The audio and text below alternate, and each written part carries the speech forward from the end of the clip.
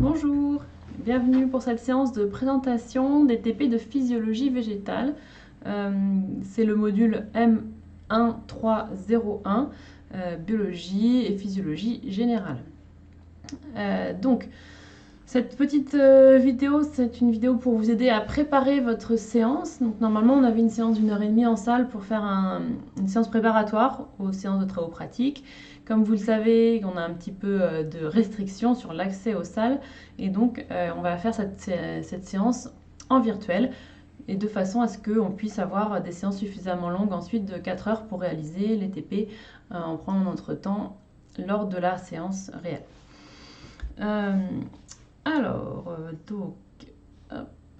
Diapo suivante. Donc notre sujet d'étude lors de cette séance de travaux pratiques, ce sera l'étude de la sénescence d'une plante. La plante sur laquelle nous allons travailler, c'est ce qu'on appelle le géranium en langage classique, donc le pélargonium de son nom scientifique, donc le géranium horticole. Et cette plante, eh bien, nous allons voir ce qui se passe lorsque ces feuilles vieillissent.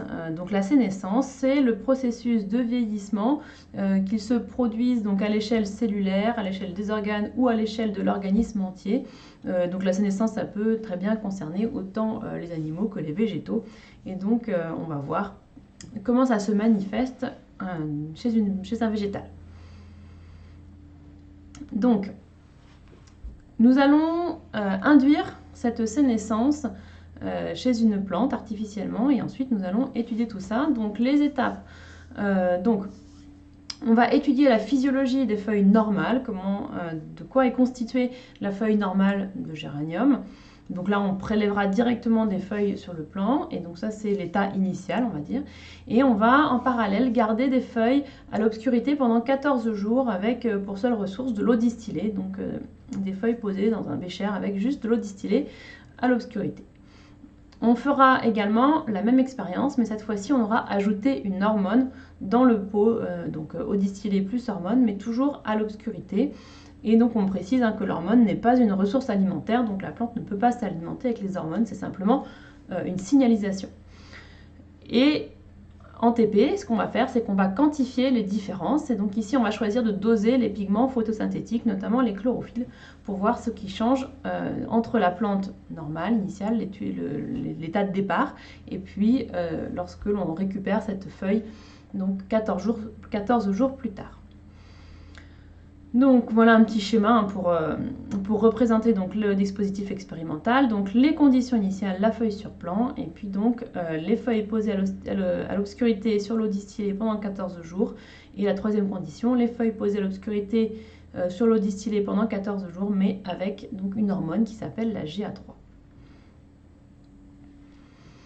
Cette expérience préliminaire, eh bien, nous l'avons déjà réalisée, donc lorsque vous arriverez en salle, elle aura déjà été réalisée. Donc on vous donnera à disposition un plan de géranium avec des feuilles état initial, et puis donc des petits pots dans lesquels vous aurez les feuilles sur eau distillée et les feuilles sur eau distillée plus GA3 qui sortiront donc de leurs 14 jours au placard.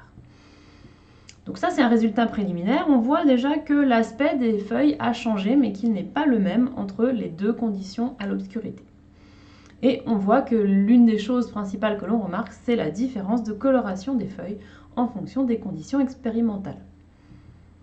On va essayer de quantifier, puisque là, on sera en physiologie. Donc en physiologie, on essaye de décrire précisément les phénomènes, notamment on passe par la mesure expérimentale et la quantification.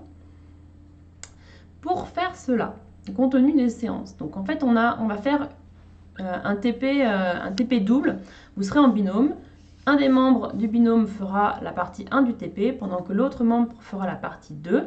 Et à la fin de la séance, on mettra en commun tous les résultats. Donc en fait, c'est comme s'il y avait 2 TP en un. Donc, lors de la partie 1, la personne qui fera la partie 1 va s'atteler à séparer les pigments végétaux dans une feuille normale, feuille de départ, feuille de géranium. Donc prendre des feuilles de géranium normales sur plan, et le but sera de caractériser qu'est-ce qu'il y a comme pigment dedans, puisqu'on a dit que parmi les différences, il y aura des différences de couleur. Donc on va essayer déjà de voir biochimiquement ce qu'on a comme pigment. Alors, on vous donne l'identité des pigments que l'on retrouve classiquement chez les plantes. Donc, ce qu'on va trouver dans les plantes, c'est des pigments de la famille des caroténoïdes, notamment la xanthophylle et le bêta-carotène. Et puis des pigments de la famille des chlorophylles, la chlorophylle A et la chlorophylle B. Et ces pigments, eh bien, nous allons nous atteler à les séparer les uns des autres physiquement. Donc pour cela, vous ferez des colonnes de chromatographie, vous allez les faire vous-même, vous le verrez dans la suite de la présentation. Donc ces colonnes de chromatographie, on les fait dans des pipettes Pasteur en verre et on utilise donc comme agent de séparation la cellulose, qui est une molécule hydrophile et qui aura tendance à interagir plus ou moins fortement avec les différents types de pigments végétaux que j'ai listés tout à l'heure. Donc là, vous voyez, il y a 4 pigments différents. Un pigment jaune, un autre pigment jaune, un pigment vert profond et un pigment plutôt vert olive. Donc ces pigments vont sortir successivement de la colonne, il faudra les récupérer de façon le plus séparée possible. Et enfin, on pourra effectuer leur spectre d'absorption, donc on le fera au spectro. Et cela permettra d'estimer la pureté des pigments en comparant les spectres obtenus avec des spectres théoriques qui vous seront fournis en séance et qui permettront de voir s'il y a vraiment que le pigment attendu ou s'il y a des pics supplémentaires par exemple. Une fois que vous aurez caractérisé optiquement les 4 pigments, vous serez donc en mesure de proposer des longueurs d'onde auxquelles on pourra faire la mesure par spectrophotométrie si l'on veut doser seulement certains des pigments. Donc en regardant les maxima d'absorption, eh bien, on pourra préconiser des longueurs d'onde auxquelles il faut mesurer le pigment pour pouvoir le quantifier. Donc ça nous servira pour la partie 2. Donc dans la partie 2, on fera un extrait brut de chacune des plantes, des différentes conditions expérimentales, donc les feuilles en conditions initiales sur le plan et les feuilles après 14 jours d'obscurité, soit avec l'eau distillée seulement ou les hormones. Vous ferez donc un extrait brut de ces feuilles, de chacune de ces types de feuilles, et dans chacun des extraits bruts, eh bien, vous allez quantifier les chlorophylles A et chlorophylles B à partir donc de votre extrait. Et pour cela, eh bien, vous aurez besoin des informations retirées de la partie 1, notamment les pics d'absorption principaux des chlorophylles A et B et des longueurs d'onde auxquelles les autres pigments n'interfèrent pas trop, parce que c'est ça qui va poser problème. Une fois que vous aurez fait ces mesures, eh bien, on va vous demander d'interpréter les résultats, d'approfondir, d'essayer de réfléchir à ce qui se passe lorsqu'une plante entre en sénescence et quelles sont les régulations qui peuvent apparaître et quel sens ça a physiologiquement, tous ces mécanismes de sénescence.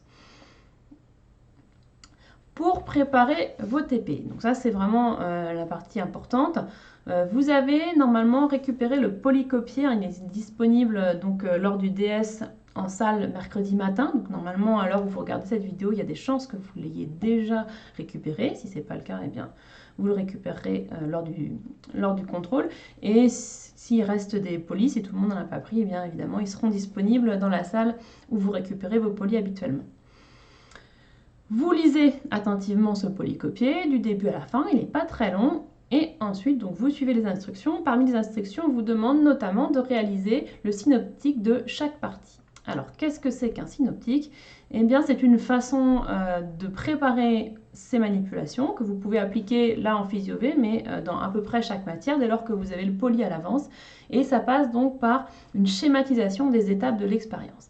Pourquoi c'est important? Pour 2 raisons.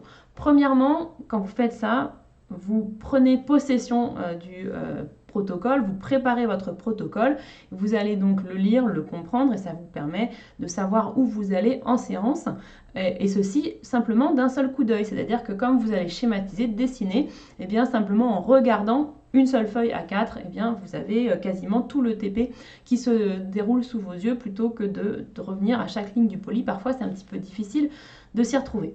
Pour que ce soit efficace, en revanche, il faut faire attention de bien noter tout ce qu'il faut dans le synoptique pour ne pas passer à côté de certaines étapes. Ça n'empêche pas d'avoir le poly en support, bien sûr, en séance pour le détail, mais au moins vous avez les grandes lignes et ça c'est très facile rapidement de savoir où on en est, de remettre les choses en contexte, de ne pas oublier par exemple d'allumer un appareil à l'avance, s'il y a quelque chose à chauffer, d'allumer le bain-marie avant, parce que sinon si on arrive à l'étape bain-marie et qu'on est à 20 degrés au lieu de 100 degrés, c'est compliqué.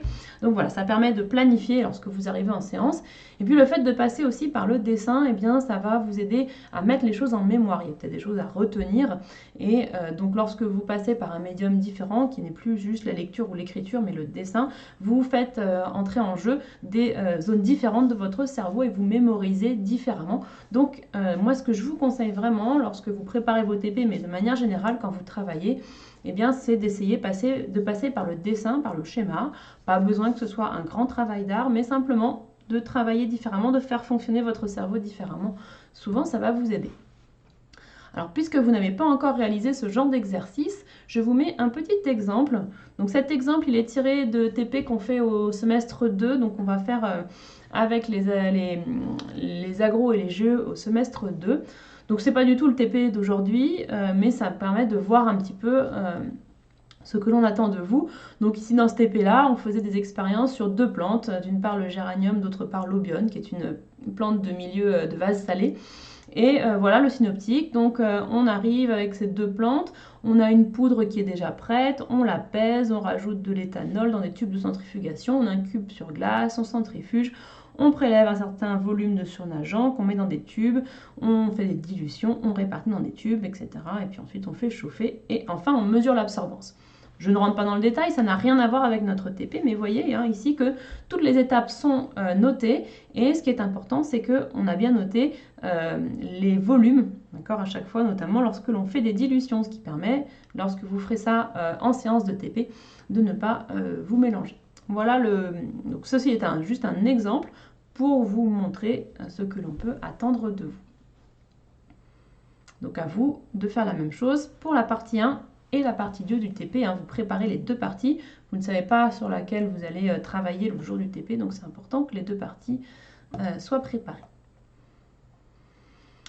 Donc lire attentivement le poly, c'est faire. Réaliser le synoptique, je viens de vous montrer un exemple. Répondre aux questions de préparation, là je pense que vous allez pouvoir faire ça. Donc vous avez des petites recherches à faire sur internet. Il y a quelques petites choses. On vous demande notamment d'aller chercher les formules chimiques des pigments que vous allez séparer, les 4 pigments dont j'ai parlé, et d'essayer de prédire à l'avance lesquels vont sortir dans quel ordre de la colonne, au niveau de la colonne. Et puis, donc, ah oui, peut-être ça, je vais réexpliquer cette partie-là, excusez-moi. Donc, sur la question des pigments, l'ordre de sortie des pigments. Donc, comme je vous ai dit, on va séparer les pigments sur une colonne de cellulose. La cellulose, c'est une molécule très hydrophile. Vous avez plein de groupements OH, des groupements alcool. Vous le savez si vous avez fait un petit peu vos révisions des cours de biochimie. Donc cette cellulose, elle aura tendance à interagir assez fortement avec les molécules polaires. Parmi vos pigments, vous en avez qui sont très polaires et d'autres qui sont moins polaires. On le sait notamment justement avec la présence des atomes d'oxygène plus ou moins nombreux dans la molécule. Donc vous allez aller chercher les formules chimiques des 4 pigments, bêta-carotène, xanthophylle, chlorophylle A, chlorophylle B. Vous allez regarder s'ils sont plus ou moins polaires. Et donc selon ce que je viens d'expliquer, eh bien, ceux qui sont les plus polaires vont s'accrocher très fortement à la cellulose. Ils sortiront donc lentement, tandis que ceux qui sont peu polaires, eh bien, ils seront moins accrochés à la cellulose et ils vont pouvoir sortir de la colonne plus rapidement. Donc en fonction de ces critères-là, vous allez pouvoir prédire l'ordre d'élution des pigments à la sortie de la colonne et on compte sur vous pour que ce soit fait lorsque vous arrivez en TP. Alors ensuite, vous pouvez aussi commencer à réfléchir aux questions qui sont posées dans les parties résultats. Je pense notamment aux questions calculatoires. Lorsque vous allez faire le TP, vous allez obtenir des résultats numériques. Par exemple, vous allez mesurer une absorbance, elle sera, mettons, moi je ne sais pas, de 0,155.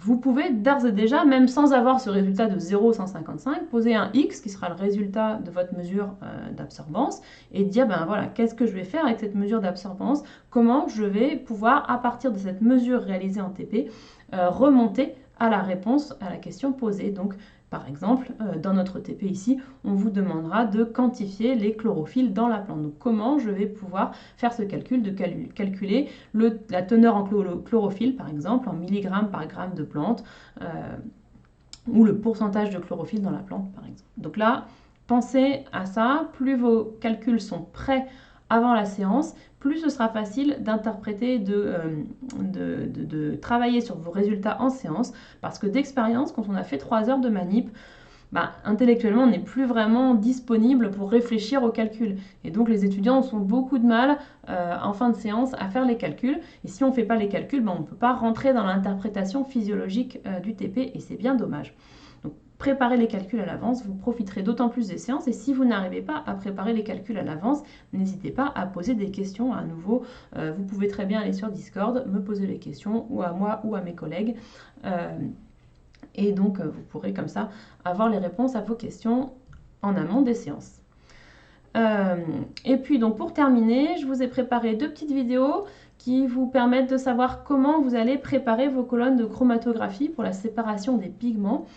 Ces vidéos, vous pouvez les regarder quand vous voulez, mais surtout, regardez-les à nouveau la veille de votre TP, puisque c'est des vidéos d'explication pour vous aider à vous lancer plus rapidement dans le TP, commencer le TP dès le début de la séance. Donc normalement on faisait ces colonnes de chromatographie dans la séance préparatoire. Là on va les faire pendant la séance de TP, donc on va perdre un petit peu de temps. Alors la séance est un petit peu rallongée, néanmoins pour ne pas perdre trop de temps, je ne vais pas refaire la démonstration en séance. Vous pouvez regarder donc cette démonstration la veille de votre TP pour que ce soit frais dans votre tête et vous pourrez ainsi vous lancer dans le TP dès l'entrée en salle. Voilà, cette vidéo de présentation est terminée. Merci de l'avoir suivie. On compte sur vous pour bosser vos TP à l'avance. Normalement, on avait dans ce module 3 TP de 3 heures. On fait un TP de 4 heures à la place. Donc, pour compenser ça, il va falloir que vous travailliez un petit peu par vous-même. C'est l'objet de cette séance de préparation. Merci beaucoup à tous et bon courage pour la suite. À bientôt.